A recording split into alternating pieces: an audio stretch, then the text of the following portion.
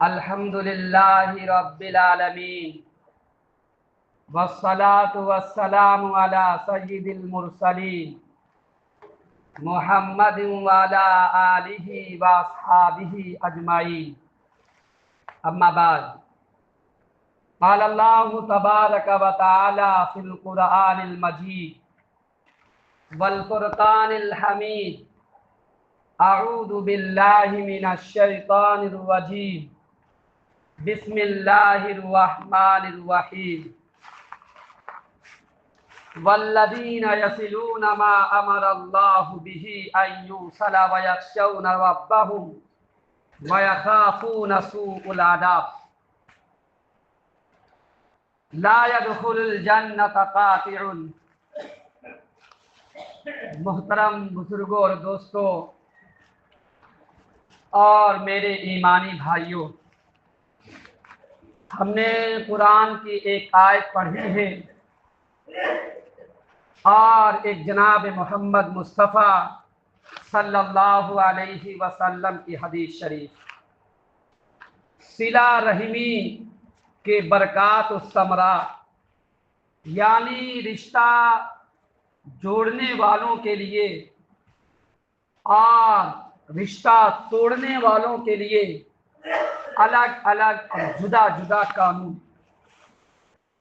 میرے بھائیوں دوستوں، اس دور فتن میں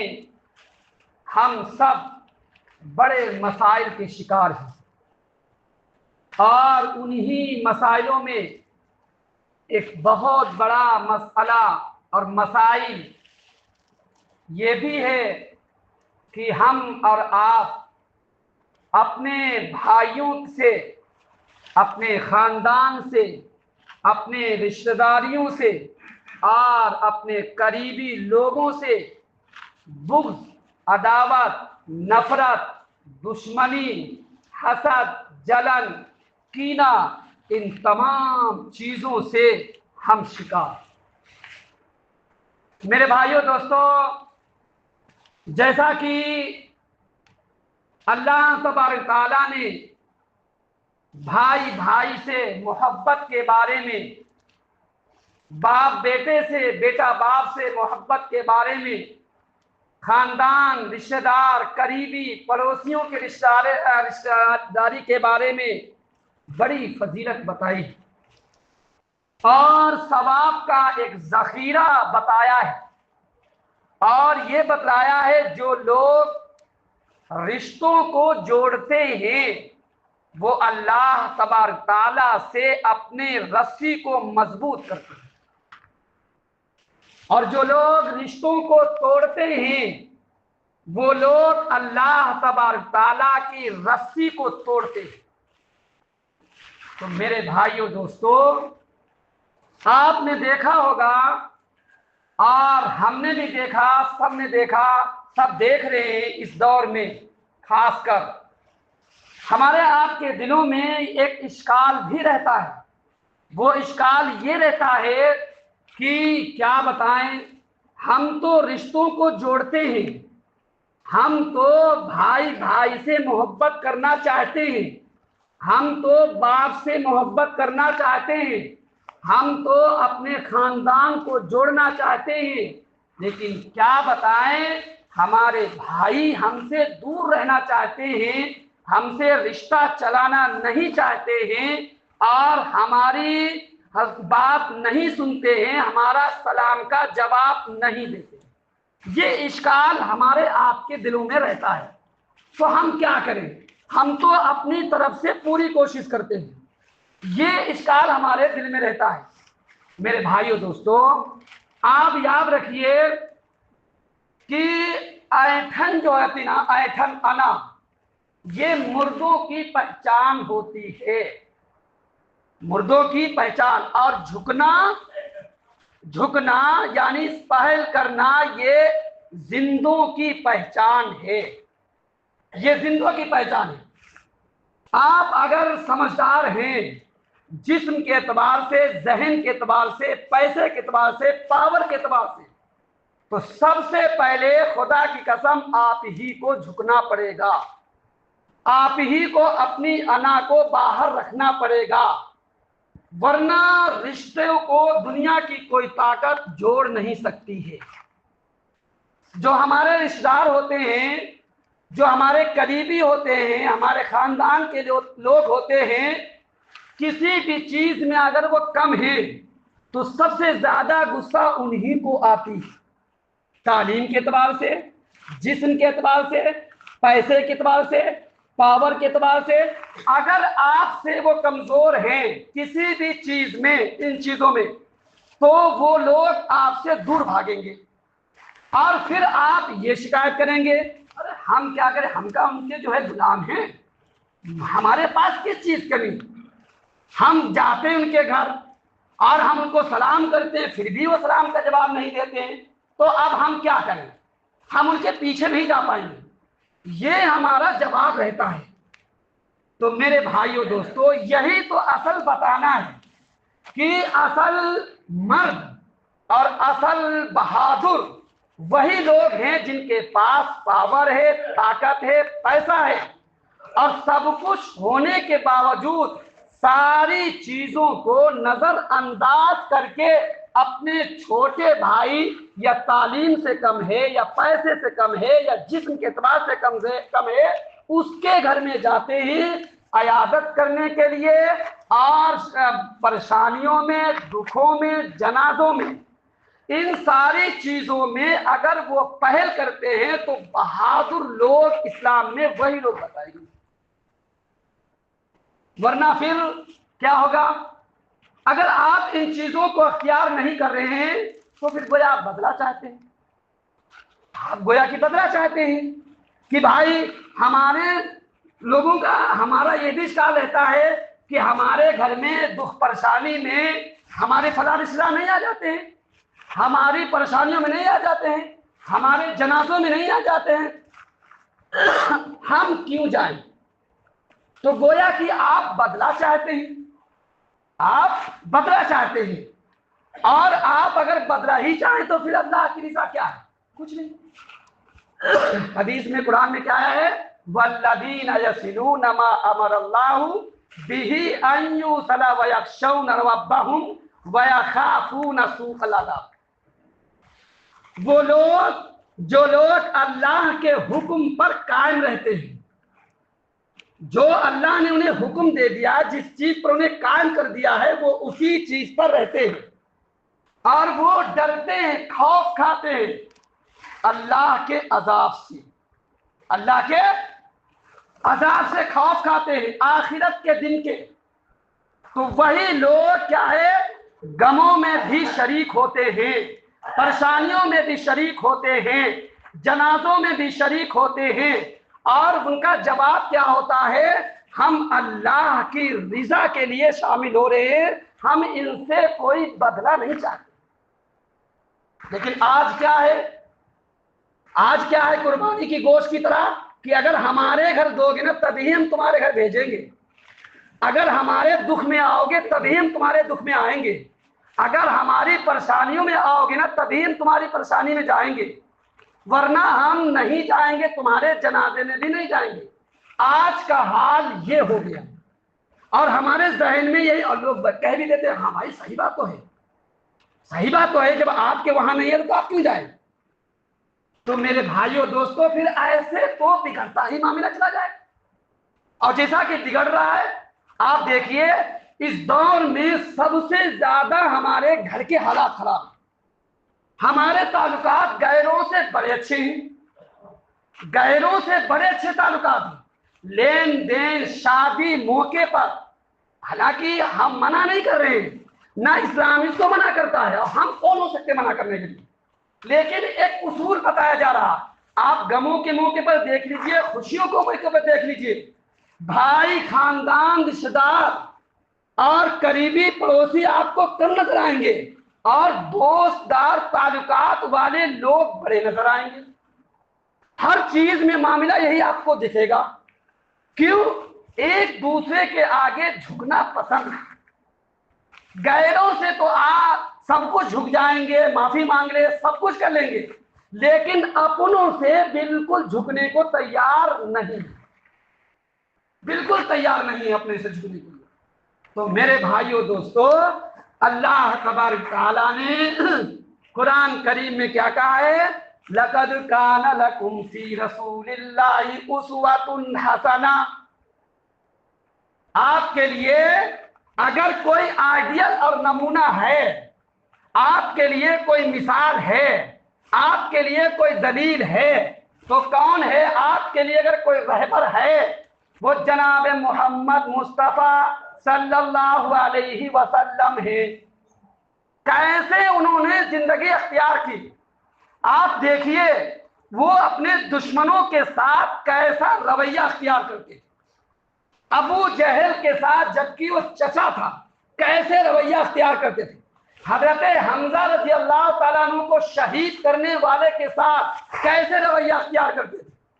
غیروں کے ساتھ کیسے رویہ اختیار کرتے تھے، مشرکوں کے ساتھ کیسے رویہ اختیار کرتے تھے۔ ہم اگر رسول کو آئیڈیل اور نمونہ مانتے ہیں، رسول کو اگر ہم جو ہے اپنا رہبر مانتے ہیں، تو یقیناً ہمیں ان ساری چیزوں کو نظر انداز کرنا پڑے گا۔ اور ہم نے بتایا سب سے زیادہ غصہ ہمارے گھروں میں، ہمارے خاندانوں میں، رشتہ داروں میں کس کو آتا ہے؟ جو ہم سے کمزور ہوگا۔ اگر ہم ایک گالی دیں گے نا، وہ 10 گالی دینے کے لیے تیار ہے۔ اگر ایک مرتبہ ہم لڑیں گے نا، 10 مرتبہ لڑنے کے لیے تیار ہے۔ ہم ہی کو برداشت کرنا پڑے گا، ہم ہی کو پہل کرنا پڑے گا، تب جا کے یہ رشتہ چلے گا، ورنہ رشتہ نہیں چل سکتا۔ لوگ جو ہے نا، دوسرے لوگ لگے ہوئے ہیں آپ کو توڑنے کے لیے، بھائی بھائی کو توڑنے کے لیے، باپ بیٹے کو توڑنے کے لیے۔ لوگ آپ کوئی بات بولیے بھائی کے بارے میں، بول کے ہٹیں گے، وہاں بھائی کو بات پہنچ جائے گی۔ ایسے آپ کے بھائی بڑھا چڑھا کے، بھائی نے آپ کے ایسے کہا تھا، اچھا بھائی نے کہا اچھا ایسے کہا تھا،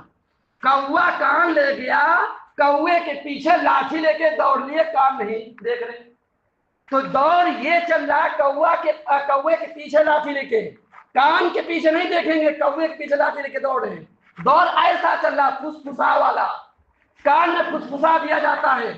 تو بڑا ہم سوچ سمجھ کر کام لے، اپنے بھائیوں کو، اپنے رشتہ داروں کو، اپنے باپوں کو،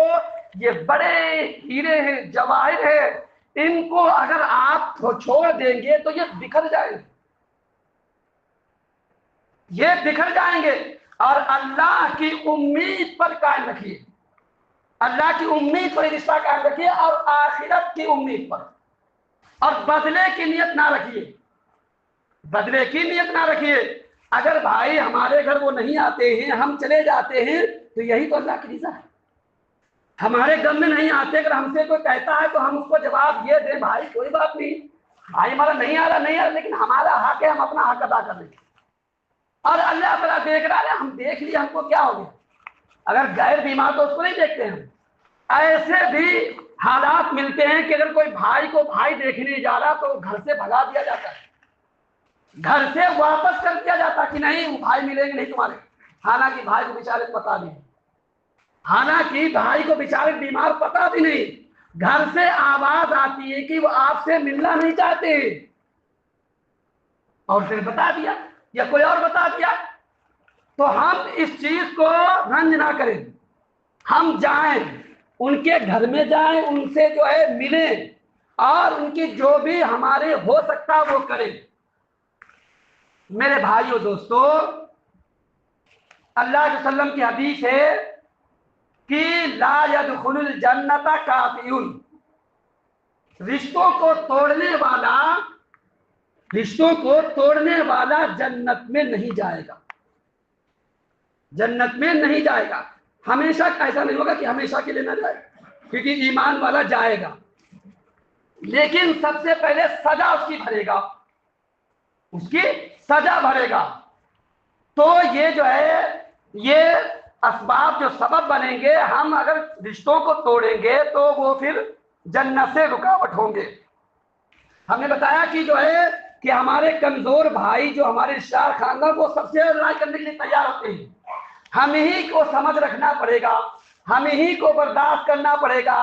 نظر انداز کرنا پڑے گا، بار بار جانا پڑے گا، تب جا کے آپ کے یہ رشتے قائم ہو پائیں گے، ورنہ جو ہے آپ خود دیکھ رہے ہوں گے کہ غیروں کی ہر چیز برداشت ہے، غیروں کے گالی گلوچ بھی برداشت ہے، مار بھی برداشت ہے، لیکن اپنوں کی کوئی چیز برداشت نہیں ہے۔ ایک ایک پیسے کے لیے، ایک ایک انگور زمین کے لیے کیسے بھائی کو بھائی قتل کر رہا ہے، باپ بیٹے قتل کر رہا ہے، بیٹا باپ کو قتل کر رہا ہے۔ آپ ہم سب حالات دیکھ رہے ہیں، پیپر میں بھی آتے ہیں، آپ یوں ہی دیکھ لیجئے۔ تو میرے بھائیو دوستو، اگر ہم یہ طریقہ اختیار کریں گے تو حدیث میں کیا آتا ہے، ما یلفظ من قول الا لدیہ رقیب عتید، ہر چیز تمہاری جو تم کہتے ہو یا کرتے ہو یا بولتے ہو، ہر چیز تمہاری جو ہے لکھی جا رہی، ہر چیز لکھی جا رہی۔ آپ اگر اپنے رشتہ داروں سے جھکتے ہیں، آپ ان کے غموں میں شریک ہوتے ہیں، آپ ان کی پریشانیوں میں جاتے ہیں، جنازوں میں جاتے ہیں،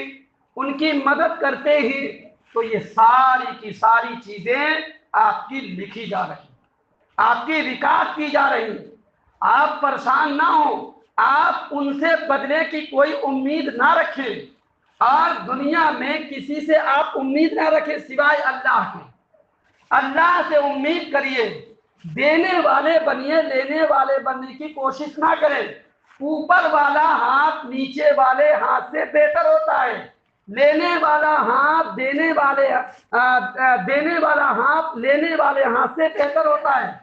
یہ ساری چیزیں اگر آپ ذہن میں رکھیں گے تو انشاءاللہ ہم اپنے بھائی کو بھی جہنم سے بچائیں گے اور اپنے آپ کو خود بھی بچائیں گے۔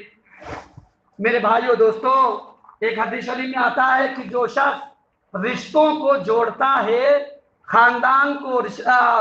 اور پریوار کو، بھائیوں کو، اس کی عمر کو بڑھا دیا جاتا ہے، اس کی عمر کو بڑھا دیا جاتا ہے، اور جو ہے اس کے رزق میں برکت عطا کی جاتی ہے، اس کے رزق میں برکت عطا کی جاتی ہے۔ صلہ رحمی کا مطلب اپنے عزیز رشتہ دار، خاندان، پریوار، اور نسبی کا مطلب ہمارے والد کے رشتہ داروں میں سے اور والدہ کے رشتہ داروں میں سے، ان لوگوں کو نسبی رشتہ دار بولتے ہیں۔ تو ہمیں کیا ہے، سب سارے رشتہ داروں کو لے کر چلنا ہے اور خود ہی ہمیں آگے بڑھنا ہے، خود ہی ہمیں آگے بڑھنا۔ اللہ تبارک تعالیٰ بہت ایسے تہوار بھی عطا کرتا ہمیں آپ کو جس میں ہم اپنی پرانی رنجشوں کو توڑ سکتے ہیں۔ جیسے مثال کے طور پر بقرہ عید، بقرہ عید آتی ہے تو یہ ایک سندیش لے کے آتی ہے، رحم کا، صلہ کا، رشتہ داری کا۔ آپ کا کتنا بھی کوئی بھائی دشمن ہو، کتنا بھی کوئی خاندان آپ سے روٹھا ہوا ہو، آپ بہترین گوشت کو ہدیہ بنائیے، ہدیہ بنا کر اور آپ اپنے گھر کے بھائی کے گھر میں جائیے اور بتائیے کہ بھائی ہم بھاجی جو ہے یا بڑی امی قربانی کرائے تھے اور سوچے لا بڑی امی کو بھی ہم جا کے دیں، تو انشاءاللہ امید ہے یہ کہ آپ کا وہ گوشت بھی قبول کیا جائے گا، اور چاہے کتنی دشمنی ہو، اور ضرور اللہ تعالیٰ اس کے دل میں رحم ڈالے گا اور اس ہدیے کو بھی قبول کیا جائے گا۔ لیکن کیا بتائیں، قربانی میں کیا ہوتا ہے کہ ہمارے جہاں سے آیا وہی گوشت بھجوا دیتے ہیں، جہاں سے آیا وہی بھجوا دیتے ہیں، اور خوش چند لوگ نمو کے لوگ ہوتے ہیں جو فیمس، ان کے گھر بھجوا دیتے ہیں، باقی فریج میں رکھ لیتے ہیں۔ بقرہ عید کا دن ایسا دن آتا ہے جس میں اللہ تبارک تعالیٰ ایک آفر رہتا ہے، عام طریقے سے آم کے سیزن کے تمام غریب لوگ کھا لے بکرے کا گوشت، لیکن اب ایسا ہونے لگا ہے خاص کر شہروں میں، دیہاتوں میں، کہ اب وہ بھی بیچاروں کو ملنا مشکل ہو رہا ہے۔ حالانکہ سب کے نزدیک ایسا نہیں، بہت ایسے بھی بھائی ہیں جہاں پر ڈھونڈ کے لوگ جا کے دیتے ہیں، لیکن اکثریت یہ ہے کہ لوگ کیا کرتے ہیں خود ہی ہم آپ جانتے ہیں۔ تو میرے بھائیو دوستو، یہ سب ایسے تہوار آتے ہیں کہ رشتوں کو، ٹوٹے ہوئے رشتوں کو ہم جوڑ سکتے ہیں۔ یہ اللہ تبارک تعالیٰ اسی لیے ایسے تہواروں کو پیدا کیا ہے تاکہ آپس میں محبت ہو جائے، اتفاق اتحاد ہو جائے۔ میرے بھائیو دوستو، حضرت ابوبکر صدیق رضی اللہ تعالی عنہ کی بہن مکہ میں ایک مرتبہ تھی، مدینہ میں، تو ان کی والدہ آ گئی ان کے گھر پہ آ گئی، اور وہ مشرکہ تھی، ایمان نہیں لائی ہوئی تھی، اور وہ اسلام پر دلچسپی نہیں رکھتی تھی، کوئی دلچسپی نہیں رکھتی تھی، لیکن آ گئی، بھائی ماں ہے، تو ان کو ذرا یہ دل میں خیال آیا کہ یہ تو مشرکہ ہے، یہ تو ایمان نہیں لائی، تو وہ گئی، کہا کہ یا رسول اللہ صلی اللہ علیہ وسلم، ہماری والدہ آئی ہوئی ہیں اور وہ مشرکہ ہیں اور وہ اسلام میں دلچسپی نہیں رکھتی ہیں، کیا ہم ان کی مہمان نوازی کریں؟ کیا ہم ان کے ساتھ حسن سلوک کریں؟